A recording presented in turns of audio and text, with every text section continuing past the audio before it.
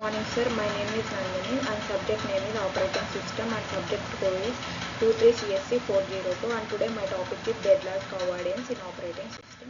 First we are moving to the outline of the deadlock avoidance and the first we are moving to the introduction and then conditions for deadlock method, safe and unsafe methods, deadlock avoidance, Banker's algorithm steps, advantages and disadvantages of deadlock avoidance, and finally conclusion. First, we are moving to the introduction to the deadlock. Deadlock avoidance ensures that a system does not enter a deadlock state by making careful resource allocation decisions. Deadlock occurs when multiple processes wait infinitely for resources held by each other, forming a circular dependency. Unlike prevention's avoidance dynamically checks if granting a request will lead to an unsafe state. Techniques like the Banker's algorithm and resource allocation graph help in avoiding the deadlocks by ensuring safe resource distribution. And next we are moving to the condition. Four conditions in a deadlock, those are mutual exclusion, hold and wait, no preemption and circular void. First one is mutual exclusion. A resource can be held by only one process at a time. No two processes can share it simultaneously. And second one is hold and wait. A process holding at least one resource is waiting for additional resources that are currently held by other process. And third one is no preemption. A resource allocated to a process cannot be possibly taken away. It can only be released voluntarily by the process holding it. And then finally, fourth condition for deadlock is circular wait. A set of two or more processes exist in a deadlock. Each process is waiting for a resource held by the next deadlock in the chain, forming a circular dependency. And next, we are moving to the deadlock methods. There are some deadlock methods present in a deadlock. Those are like deadlock prevention, deadlock avoidance, like this. First one is deadlock prevention. This method ensures that at least one of the four necessary deadlock conditions like mutual exclusion, hold and wait, no preemption, circular wait is never allowed to occur. It often imposes strict resource allocation policies but may lead to inefficient resource utilization. And second deadlock method is deadlock avoidance. This approach dynamically checks whether granting a resource request will lead to an unsafe state. Techniques like the Banker's algorithm and resource allocation graph. Resource allocation graph, shortly we can call it as RAG, help ensure that system remains in a safe state by carefully managing the resource allocation. And third one is deadlock detection and recovery. Instead of preventing or avoiding deadlocks, this method allows them to occur and then detects them using algorithms that analyze resource allocation states. Once detected, the system takes corrective action such as processes, terminations, or resource preemption to cover.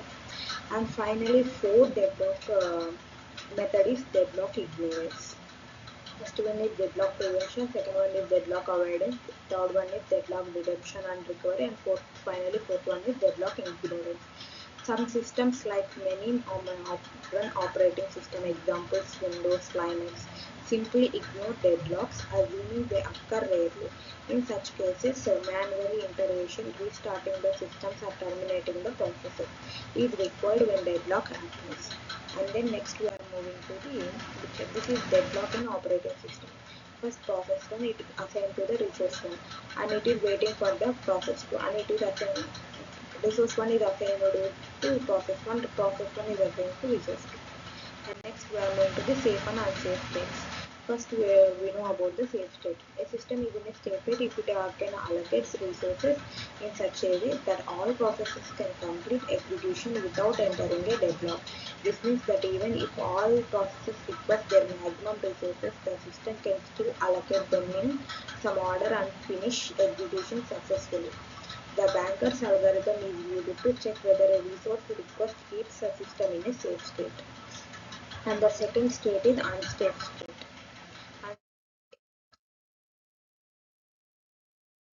Allocation may lead to a deadlock, meaning there is no guarantee that all processes will complete successfully.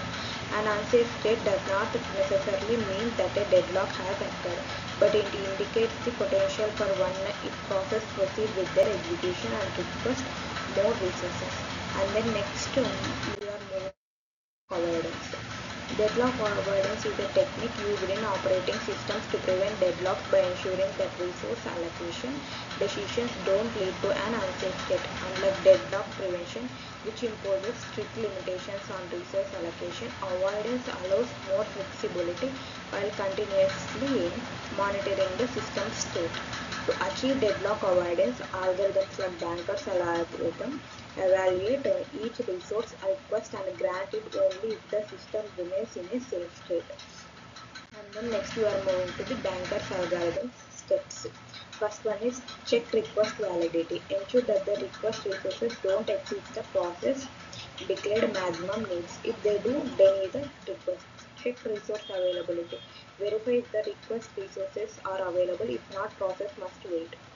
Simulate allocation and safety check. Temporarily allocate resources and check if the system remains in a safe state using the safety algorithm.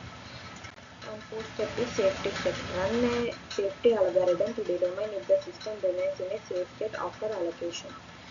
Grant or roll back. If the system stays safe, approve the request, otherwise revert the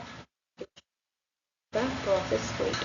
And then next we are moving to the advantages of deadlock avoidance. And first one is prevent deadlocks.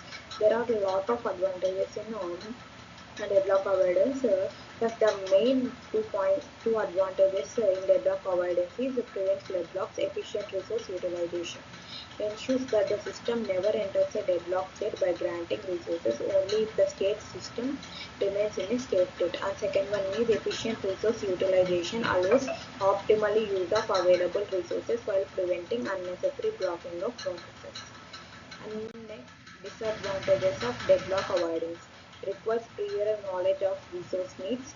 The system must know the maximum resource demand of each process in advance, which is difficult in dynamic environment.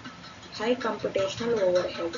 Continuous monitoring and safety checks for every resource request increase processing time and slow down the system performance. Finally, conclusion of deadlock avoidance. Deadlock avoidance is a crucial strategy in operating systems to ensure that processes do not enter a state where they indefinitely wait for resources. By employing techniques like the Banker's algorithm and resource allocation blocks, the system dynamically checks whether granting a resource request will lead to an unsafe state.